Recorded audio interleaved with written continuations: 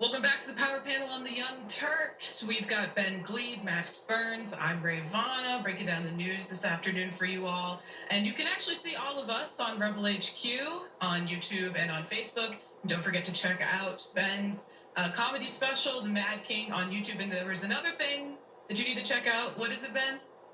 Yes, I'm doing a virtual stand-up comedy show worldwide, live on April 29th, called Gleib Off the Top, Crowd Work and Improvised Madness. You can interact with me on camera via Zoom with Nowhere Comedy. Get tickets at nowherecomedy.com or bengleib.com right now.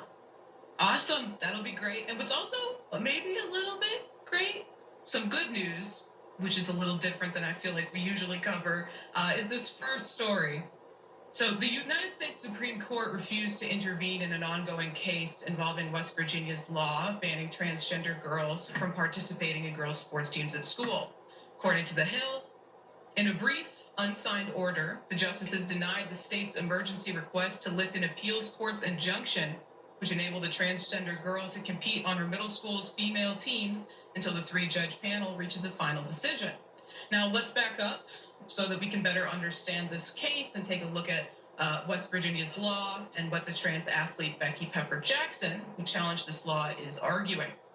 Now, in 2021, West Virginia became the 7th state in the nation to enact a law prohibiting transgender women from competing on female sports teams.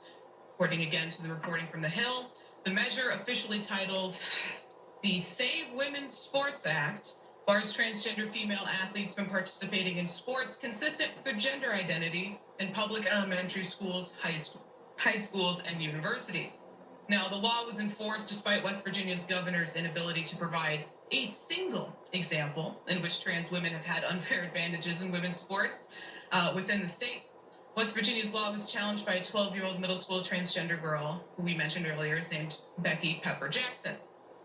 Becky, who entered middle school in the fall of 2021, had been planning to try out for her school's cross-country team when the law took effect. She alleges the law is unconstitutional because it discriminates based on sex and transgender status.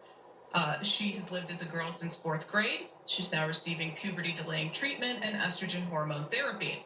So she has not experienced and will not experience endogenous puberty. So this means that she won't experience any of the physiological characteristics of puberty experienced by typical boys, and will instead develop physiological characteristics consistent with hormonal puberty of typical girls. The Hill also stated that a federal district judge had handed Becky a preliminary victory before reversing course in his final ruling in January. Becky appealed, and a divided 3-judge panel blocked the ban's enforcement until the panel could consider the dispute in full. So this is at the point when the Supreme Court was asked to intervene in the case. But thanks to the Supreme Court's refusal to meddle with West Virginia law, Becky is going to have her day in court. And the appeals panel is now set to hear the student athlete's appeal in full. The case could ultimately return to the Supreme Court down the road. So we've got a little bit more, some of the things being said that indicate what the Supreme Court might decide on this issue, when it eventually does come before them. But first, I want to bring you guys in on this. I'm offended by calling it the Save Women's Sports law, bill, whatever they refer to it as, because they don't care about women's sports. None of the people saying these things actually care about women's sports. They don't talk about the inequity in funding women's sports. They don't talk about the lack of, programs for women to develop in sports from a young age on. They don't talk about sexual harassment that we've seen institutionally within women's sports. They just hate trans people. At least that's my opinion on it. But Ben, why don't you get in here on this first?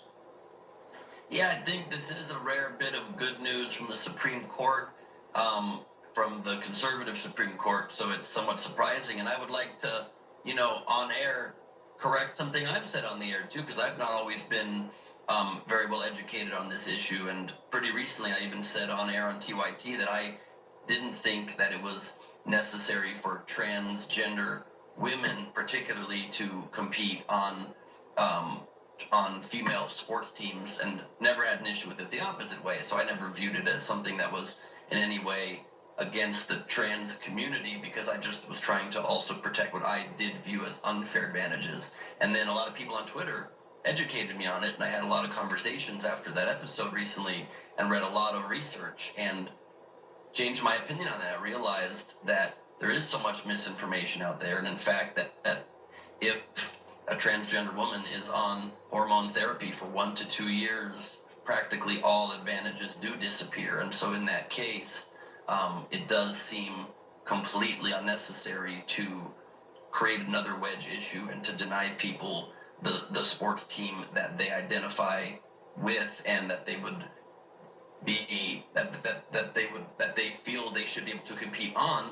And there is no epidemic of transgender women that are also winning female sports as well. So the issue does seem to be one that is just designed yet again to drive people apart, and I fell victim to it as well. So I'm glad that I was able to evolve on that, and it looks like the Supreme Court is even open-minded on it, and so hopefully a lot of people can be more open to data and less just relying on what might hit their brain in a certain way and make a rash knee-jerk reaction to it.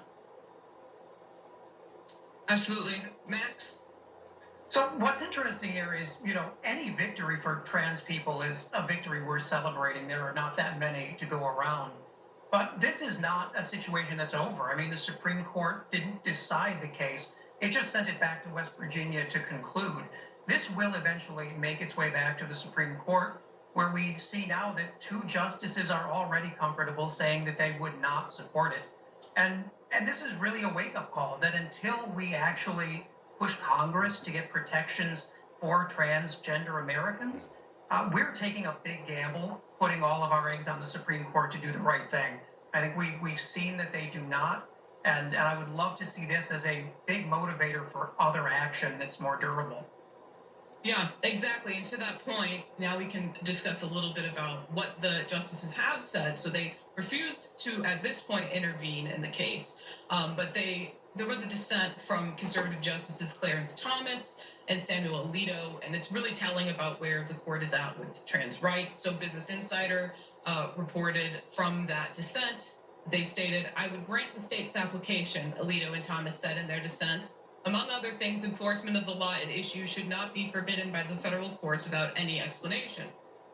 The dispute concerns an important issue that this court is likely to be required to address in the near future, particularly whether states can restrict participation in women's or girls' sports based on genes or physiological or anatomical characteristics." So I'll say the Supreme Court, which looks fairly similar, there's been some changes when it decided Bostock versus Clayton County in 2020 as it does now. A lot of the same justices, particularly conservative justices, were on the court then, and that was the case where they decided that it is illegal to discriminate against transgender individuals. That case was about employment, but it was signed.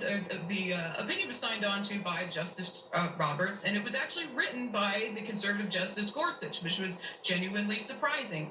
So there is some hope when this issue does come before the Supreme Court. But I think, like Max, what you were touching on is, we can't expect them to be consistent, right? Particularly the conservative justices within the Supreme Court have shown that they're willing to change their minds on any issue, and it seems like at the whim of the Federalist Society and what the right-wing billionaire donor class has decided that they should be deciding that as the right response to that issue at any given time on any given day. And Justice Roberts in particular is not someone I see as someone with a backbone to stand up for anything that he might even personally believe, and he will, in my opinion, roll over. But there is this sort of precedent there among the conservative justices, at least those 2, that they might vote in favor, of an issue deciding trans rights, but we'll have to wait and see. All right, last thoughts on this, Ben? Yeah, I think also something else that is worth noting when people try to use this as an issue to drive the country further apart is to look at the highest levels of athletic performance. And something that also was brought to my attention is that the Olympics has allowed this for a very long time already, has allowed transgender athletes to compete in the sport that matches their identity. And to this date also, a transgender athlete has not won, and that's at the elite levels. And so, not that we wouldn't encourage them to win the sport, but the point simply being that it proves that even at the level where the Olympics you always see, of course, as the best, it's the standard bearer for what sports should be. And if the International Olympic Committee is comfortable with it, then why shouldn't lower levels of athletic competition be comfortable with it? So that seems to be a great barometer to be able to decide on this issue and not let politicians that can't cite one case of the thing they are making the most urgent issue be what brings their opinion to a decision. Yeah. Max? No, I think that's a great point. I mean, one of the challenges here is that we have successfully for years allowed Republicans to essentially treat medicine as politics. And when you treat medicine as politics, truths and facts become negotiable. And we're seeing that play out in the courts here. But I think this is still a victory, but I mean, there is an uphill battle here. And what we need is for our actual elected branches to step up and make up the difference, because it is just not happening with the courts right now. Yep, it's definitely an uphill battle, and we will keep everybody informed on it as it continues with this case and the battle for trans rights and civil rights in this country. But at this moment, we got to go to a break. But